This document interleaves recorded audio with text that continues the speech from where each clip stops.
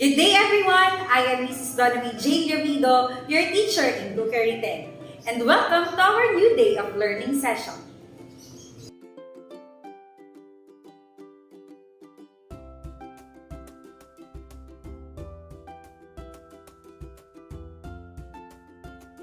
Essential learning competency is presenting meat dishes. Our core content. First, identify the different methods of presenting meat dishes. Second, determine the process of plating and garnishing. We proceed to our lesson for today. Let us have our house rules. First, have everything you need within reach. Second, wear comfortable clothes and remove your distractions. And third, be fully present.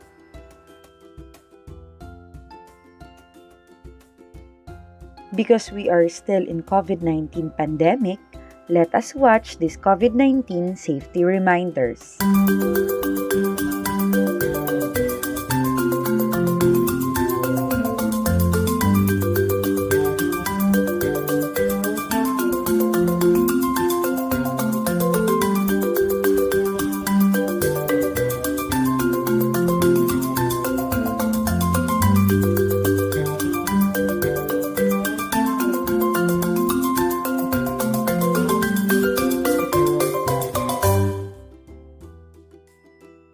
We proceed to our lesson for today. Let us have a self-check.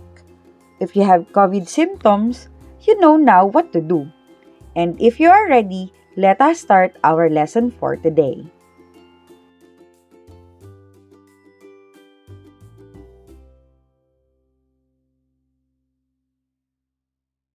Meat is a term for the flesh of the cattle, sheep, and pigs.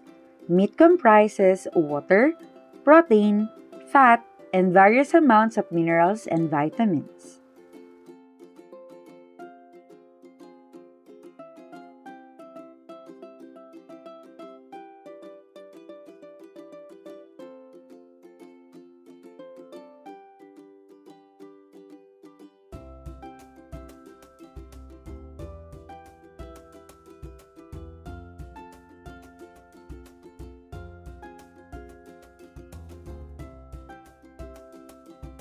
Eating or presenting dishes requires creativity.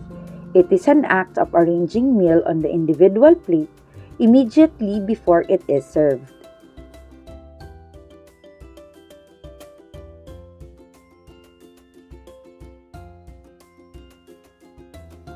Objectives of food presentation.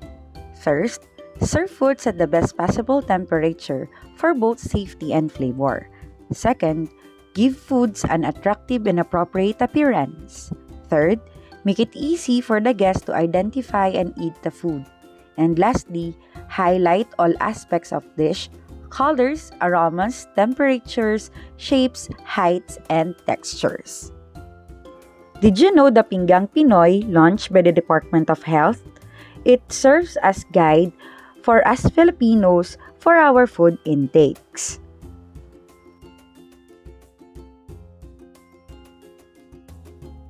But according to the findings of the Food and Nutrition Research Institute, we have the prevalence of malnourished among children between 10 to 19 years old in Calabarzon. We have the stunting, which are the poor in nutrition, wasting, which is defined as low weight for height, and the overweight and obese refer to the body weight that is greater than what is considered to normal or healthy for a certain height. For us to be well-nourished, we need to consider the three basic components of plating. The first one is the main protein, which consists of the growth foods or the body-building foods, which are the meat, poultry, eggs, beans, fish, and shellfish.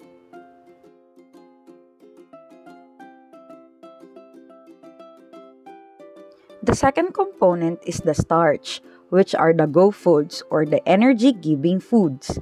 Go foods are for the rice, root crops, pasta, bread, and other carbohydrate-rich foods.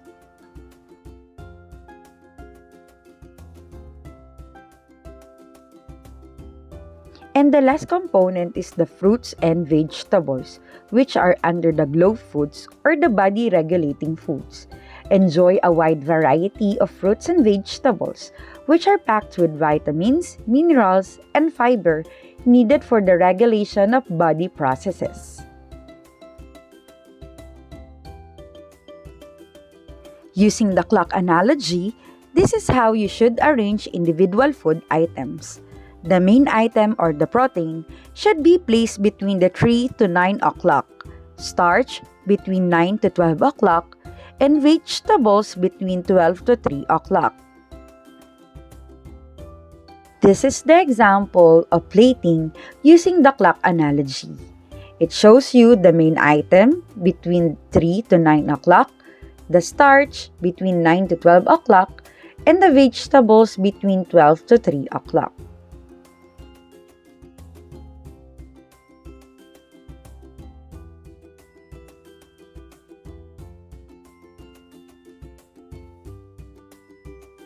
Symmetrical plate of food. It should have equal numbers and shapes on both sides of a middle point or line. In symmetrical presentations, often gives the impressions of formality and stillness.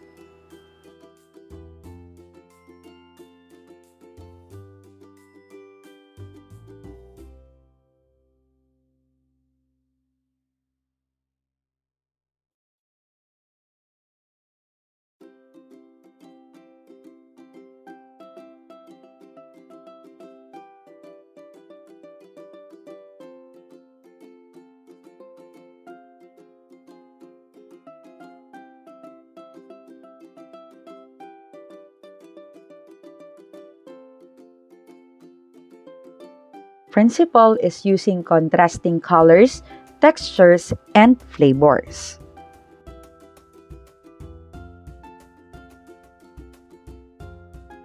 Elements oppose each other. Examples include black and white, filled and empty space, and sweet and sour. When contrasting elements appear near each other, they throw each other into relief, each one making the other one stand out.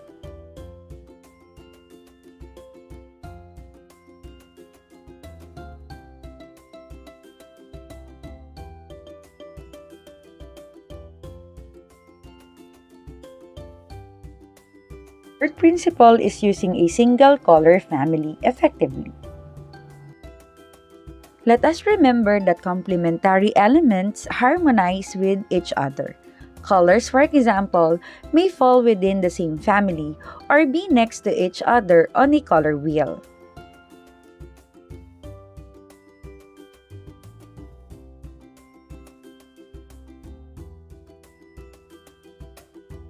The color wheel, which consists of 12 colors, organizes colors so that artists and food artists can quickly identify values that match, contrast, and harmonize.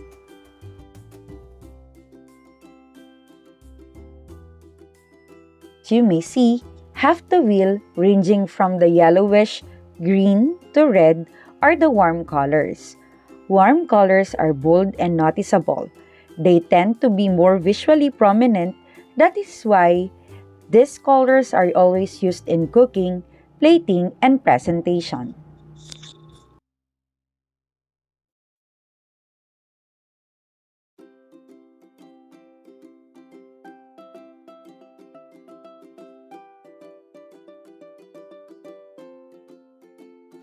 The meat is the focal point in this plate.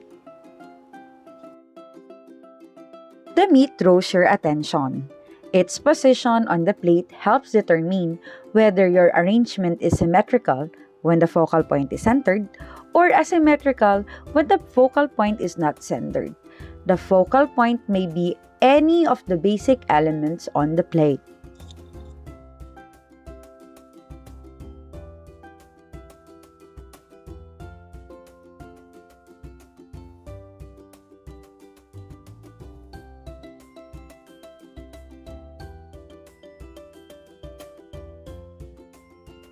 Asymmetrical plating. In asymmetrical plating, Compositions have unequal numbers and shapes in a design. There may be no clear midpoint. Asymmetrical presentations are sometimes described as natural.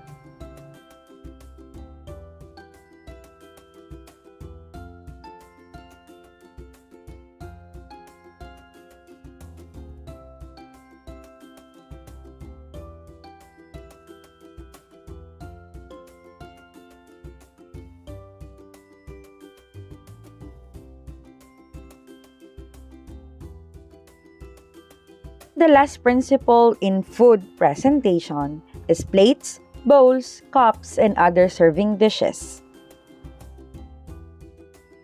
We all know that plates act as the backdrop of the food. The most adaptable shape is a round plate with a rim. Large plates give a look of elegance and richness and often used for bigger portions of serving.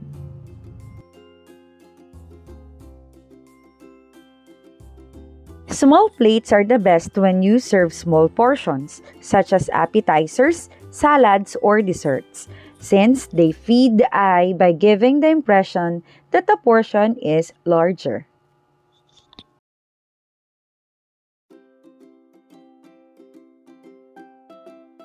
They say that part of the secret of a success in life is to eat what you like and let the food fight it out inside.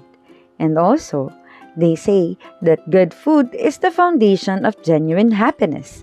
And for that, share a stolen shot of photo of your family or friends that can explain this quotation and send it to our respective group chats.